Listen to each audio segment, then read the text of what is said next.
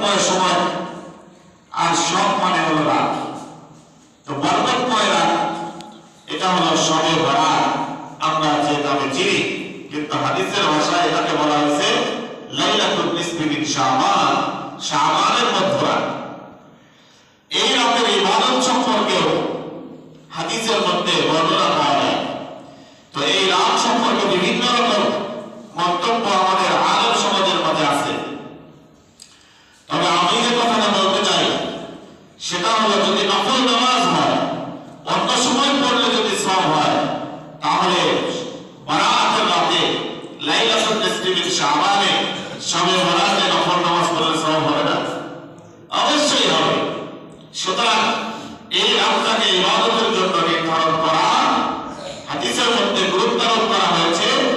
আমাদের জন্য কর্তব্য করণীয় হলো এই রাতটা আল্লাহ পাকের খাস ইবাদত নফল নামাজের মধ্য দিয়ে কাটানো। এখন কথা হলো, এই রাতের নামাজ আমরা কিভাবে আদায় করব? এই রাতের নামাজ আদায় করার পদ্ধতি বিশেষ কোনো পদ্ধতি নাই। এমনি যে আমরা নফল নামাজ যেভাবে পড়ি, এই রাতেও সেই একই নিয়মে আমরা নফল নামাজ আদায় করতে পারবো। তবে দুই রাকাত করে নফল নামাজ আদায় করা উত্তম। 2 রাকাত পড়লাম, আবার 2 রাকাত পড়লাম, আবার 2 রাকাত পড়লাম, মাঝে মাঝে কিছু তাসবিহ তাহলিল আদায় করলাম, আল্লাহ পাকের হামদ শুকর আদায় করলাম, আবার কিছুক্ষণ নামাজ আদায় করলাম, কিছুক্ষণ কোরআন তেলাওয়াত করলাম। এইভাবে রাতটাকে যাপন করা, আর বেশি বেশি আল্লাহ পাকের কাছে দোয়া করা। কারণ আল্লাহ নবী সাল্লাল্লাহু আলাইহি ওয়াসাল্লাম হাদিসে পাকের মধ্যে ইরশাদ করেন, ইযা কানাত লাইলাতুন নিসফি মিন শাবান, যখন শাবানের মধ্যরাত আসবে, শাবানের 14 তারিখ দিবাগত রাত আসবে, ফাকুমু লাইলাহা ওয়া সুমু ইয়াওমাহা, তোমরা ওই রাতটাকে আল্লাহ পাকের শানে নফল ইবাদতের মাধ্যমে রাতটাকে যাপন করো। ওয়া সুমু ইয়াওমাহা, এবং তার পরবর্তী দিন তোমরা রোজা রাখো। ফা ইন্নাল্লাহা তাআলা ইয়ানজিলু ফীহা লিগুরুবিশ শামসি ইলা সামাইদ দুনিয়া, কারণ এই রাতের শেষ রজনীতে আল্লাহ রাব্বুল আলামিন প্রথম আসমানে অর্থাৎ দুনিয়ার নিকটবর্তী আসমানে চলে আসেন, এবং আল্লাহ তাআলা তার প্রিয় বান্দাদেরকে আহ্বান করে বলেন, আলা মিন মুস্তাগফিরিন ফাগফির লাহু। আল্লাহ রাব্বুল আলামিন বলেন, ও গুনাহগার বান্দা বান্দিরা, কারা আছো আমার কাছে ক্ষমা চাবে, আমি আল্লাহ রাব্বুল আলামিন তার জীবনের সমস্ত গুনাহ খাতা মাফ করে দিব। আল্লাহ রাব্বুল আলামিন প্রথম আসমানে বসে বসে বান্দাদেরকে আহ্বান করেন, আলা মুস্তারজিকিন ফারজুকা, কারা আছো রিজিকের সমস্যার মধ্যে, চাকরি নাই, ব্যবসা বাণিজ্য বরকত নাই, রিজিকের সমস্যার মধ্যে আছো, ভালো ইনকাম হয় না, ভালো ইনকাম চাও, স্বামী স্ত্রী ছেলে সন্তানদের নিয়ে স্বচ্ছন্দে জীবন যাপন করতে চাও, আমি আল্লাহ রাব্বুল আলামিনের কাছে প্রার্থনা করো, আমি আল্লাহ তোমার রিজিককে প্রশস্ত করে দিব। সুবহানাল্লাহ।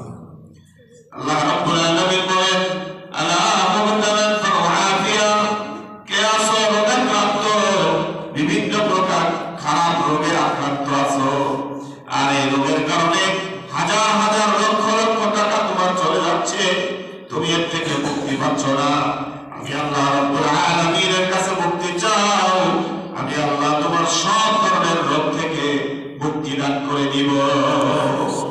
আল্লাহু আকবার। আল্লাহ রাব্বুল আলামিন এইভাবে আলা কাযা হাত্তা ইয়াতলুআল ফাজর, আল্লাহ তাআলা এইভাবে ফজর পর্যন্ত, ফজরের রক্ত আসা পর্যন্ত বান্দাদেরকে এইভাবে ডাকতে থাকে, আমার কাছে চাও বান্দা, আমি তোমাকে দেওয়ার জন্য রেডি আছি। সুবহানাল্লাহ। এইজন্য অন্য হাদিসের মধ্যে আসছে, আল্লাহ তাআলা প্রতিদিন ফজরের তাহাজ্জুদের সময় এইভাবে বান্দাদেরকে আহ্বান করতে থাকে।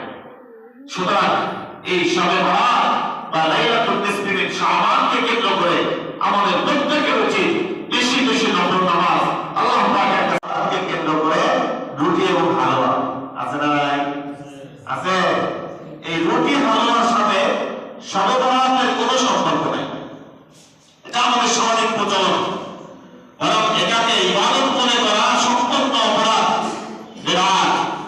ইবাদত মনে করা, রুটি হালুয়াকে ইবাদত মনে করা যাবে না।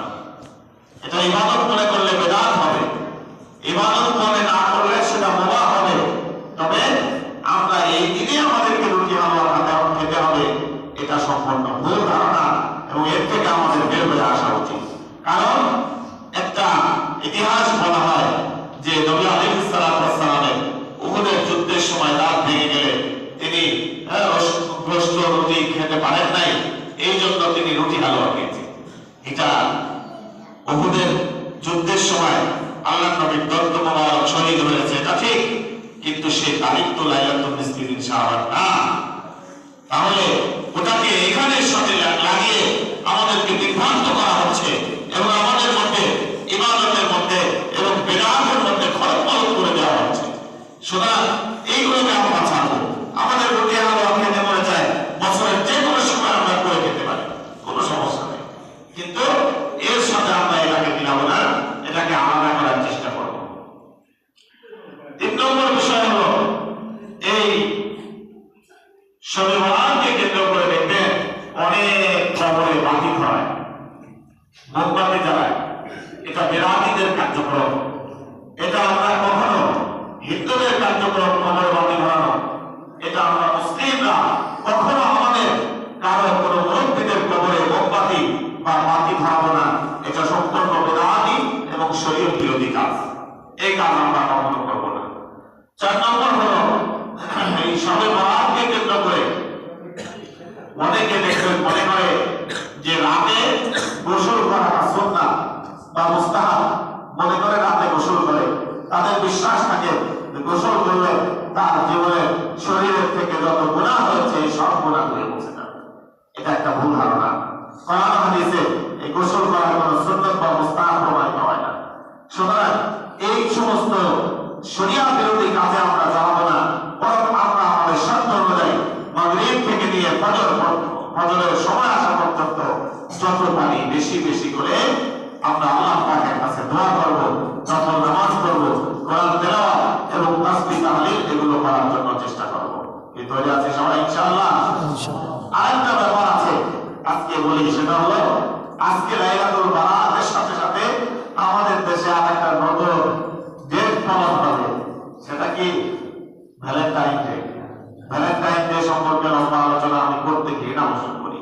তারপরে আমি শুধু যুব সমাজকে এতটুকু বলতে চাই যে এবারের ভ্যালেন্টাইন ডে ভালোবাসা দিবস আর আল্লাহর সাথে ভালোবাসা দিবস মিলে গেছে। এই জন্য আমি আসার সময় দেখলাম রাস্তার পাশে কয়েক জায়গা বিশাল বিশাল সেট করা হয়েছে। আল্লাহ আমাদেরকে হেফাজত করেন। এই সমস্ত ডেস্ক সেটে যে বাদ্যযন্ত্রগুলো ব্যবহার করা হয় শরীয়ত এবং ইসলামে এটা সম্পূর্ণরূপে হারাম এবং নাজায়েজ। এই সমস্ত গান বাজনার মধ্য দিয়ে তোমরা যে নাচ গানগুলো করে থাকো এবং সময় নষ্ট করো, এই নাচ গান অবস্থায় করা অবস্থায় যদি আল্লাহ না করেন স্টপ করে তোমার মৃত্যু হয়, তোমার হায়াত শেষ হয়, তাহলে তোমার কাছে কোনো রহমতের ফেরেশতা আসবে না। আল্লাহ হেফাজত করেন। তোমার আমার মৃত্যুর কিন্তু কোনো গ্যারান্টি নাই। গতকালকে আমাদের পরিচিত এই বসন্তপুরে একটা 25 বছরের ছেলে হঠাৎ করে স্ট্রোক করে মারা গেছে। তুমি কি ভাবছো তুমি অনেকদিন দুনিয়াতে বেঁচে থাকবে তাই ভাবছো? তোমার মতো তোমার থেকে আরো কত ছোট ছোট বাচ্চারা কেবলমাত্র বালিক হয়েছে দুনিয়া থেকে চলে যাচ্ছে। তোমরা যে ট্যাক্সেট গুলো সেট করছো গান বাধ্য করার জন্য, অথচ আজকে আল্লাহর সাথে আল্লাহর নবীর সাথে প্রেম বিনিময় করার সময় আর তোমরা ট্যাক্সেট সেট করতেছো গান বাধ্য করার জন্য।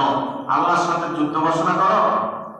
খবরদার যুবক ভাইরা, তোমাদের হাতে পায়ে ধরে বলবো আজকের দিনে কমপক্ষে এই সমস্ত খারাপ বিনোদন থেকে, দুনিয়া ধ্বংস আখিরাত ধ্বংস, তোমার শরীর নষ্ট, এই সমস্ত অন্যায় অপকর্ম থেকে নিজেদেরকে বেঁচে থাকতে হবে। কারা কারা চলে যাচ্ছে নাকি আল্লাহু আকবার।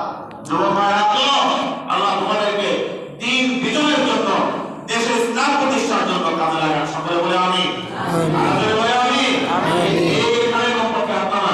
এখানে কমপক্ষে যে সকল যুবক ভাইরা আছি এলাকার মধ্যে এই গান বন্ধ যারা করবে তোমাদেরই বন্ধু বান্ধব, বাইরে থেকে ভাড়া করে কোনো লোক আনা হয় না, ট্যাক্সে আনা হতে পারে কিন্তু লোক আনা হয় না। সুতরাং আজকে এখান থেকে তোমরা